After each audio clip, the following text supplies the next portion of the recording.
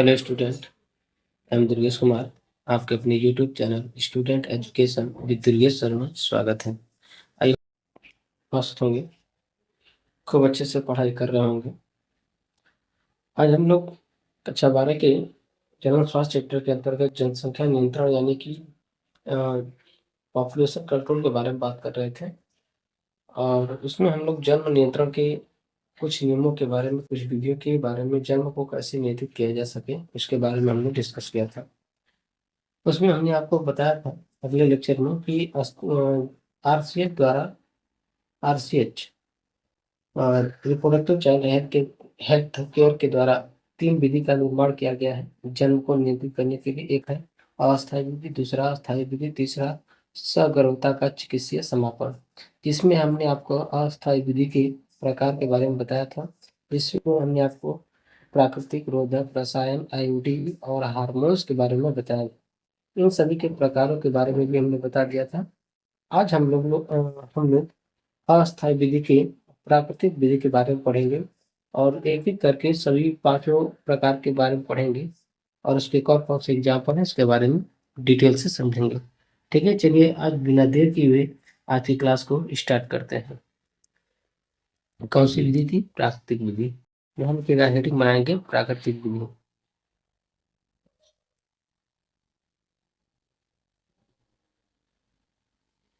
प्राकृतिक विधि,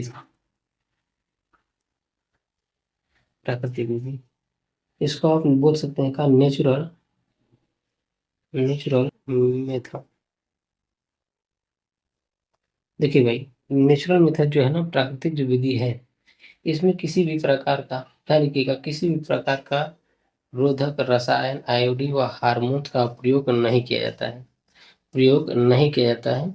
इसमें केवल स्वयं पर नियंत्रित करके, स्वयं को नियंत्रित रख करके जन्म को नियंत्रित किया जाता है।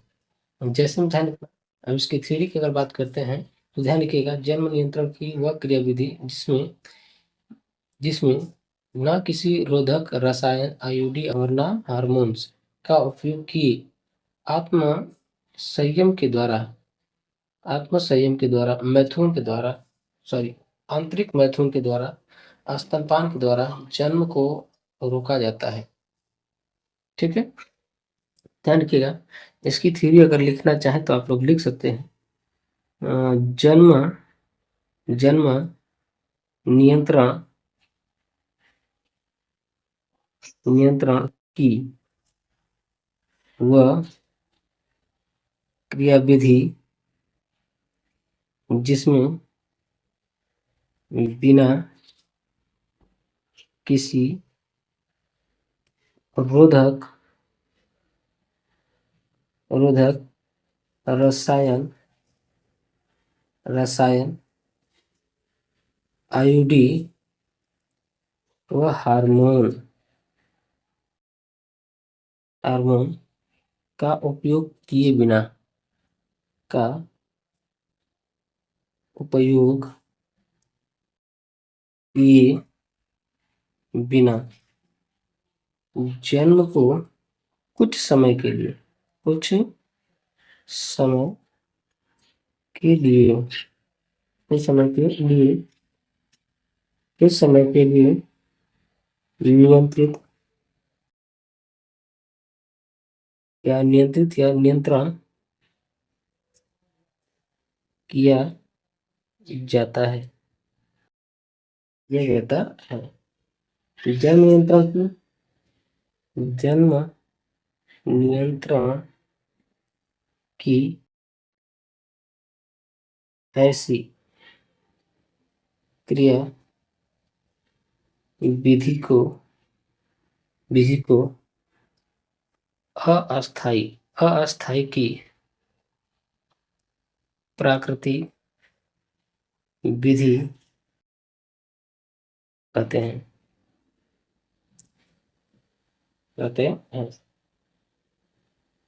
ठीक है, अब ध्यान रखिएगा, इसके हम प्रकार की बात करते हैं। ये ध्यान रखिएगा,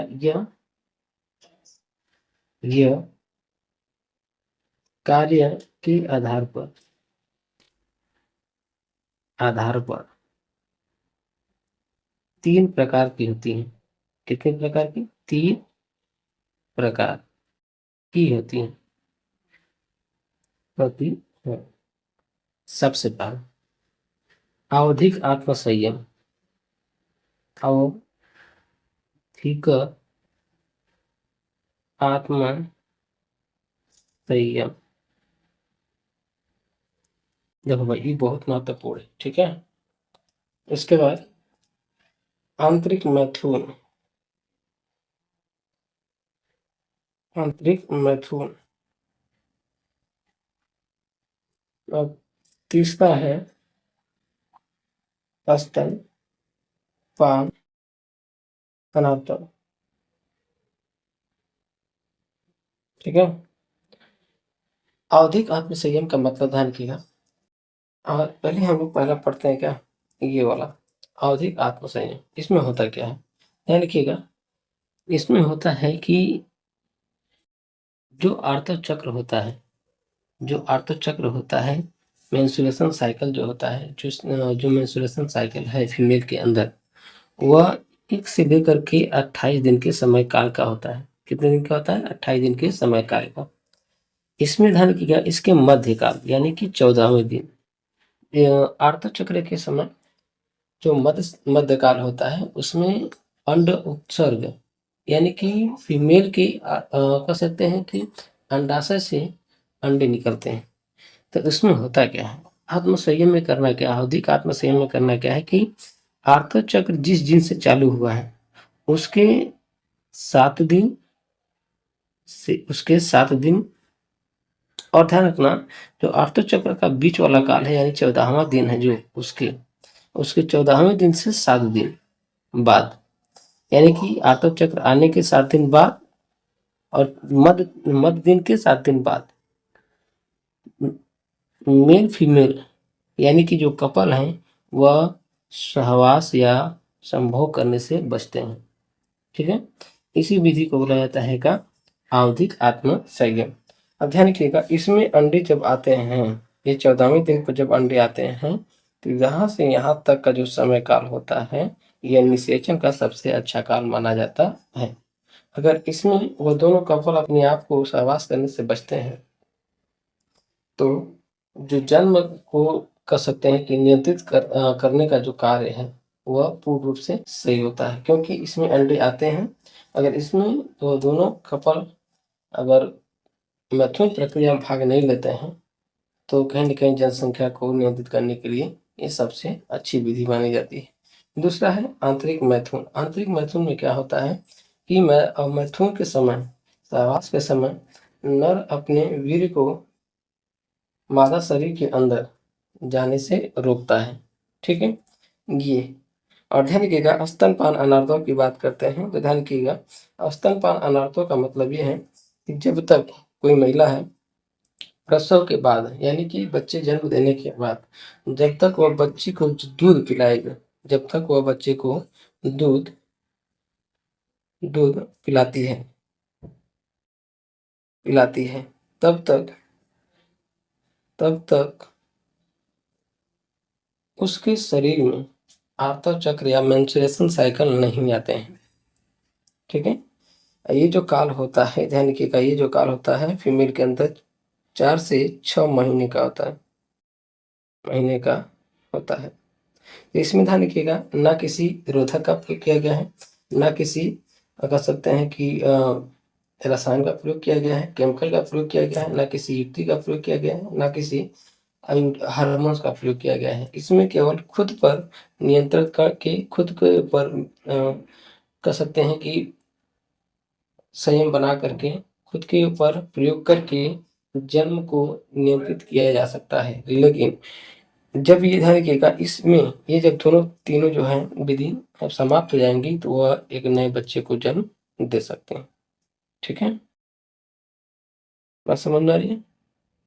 अच्छा, इसके बाद ध्यान रखिएगा, रोधक की बात करते हैं। दूसरी हेडिंग डालेंगे रोधक। रोधक की हम थ्योरी बोल दे रहे हैं, आप लोग नोट कर लीजिएगा। इसमें देखिएगा, जन्म नियंत्रण की वह क्रिया विधि जिसमें जिसमें इलास्टिक की बनी, रबड़ की बनी कुछ युक्तियों का प्रयोग करके जन्म को कुछ समय के लिए रोका जाता है। ठीक है? ऐसे जन्म नियंत्रण की क्रियाविधि को अवरोधक विधि कहते हैं। क्या बोलते हैं? अवरोधक विधि कहते हैं। ठीक है? ध्यान रखिएगा, ये होता है कितने प्रकार का अवरोधक जो होता है, अवरोधक जो होता है, ध्यान रखिएगा, ये होता है आपका 4 प्रकार का। पहला ध्यान रखिएगा निरोध। ध्यान रखिएगा, ये जो होता है, ध्यान रखना, ये 2 प्रकार का होता है। निरोध जो होता है, ये रबड़ की बनी एक रबड़ की बनी या कह सकते हैं कि इलास्टिक की बनी थैली होती है, जिसमें वीर्य को एकत्रित किया जाता है। ठीक है? या कह सकते हैं कि शुक्राणु अंडाणु को मिलने से रोका जाता है। ये ध्यान रखिएगा, ये 2 प्रकार का होता है। एक होता है कंडोम और एक होता है फेमिडोम। फेमिडोम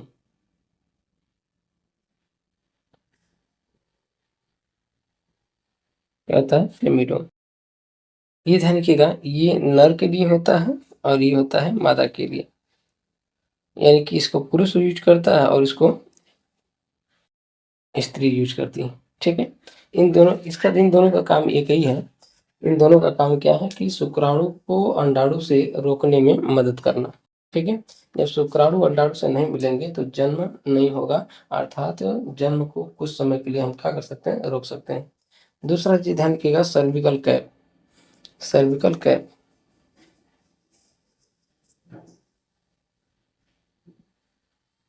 सर्विकल कैप,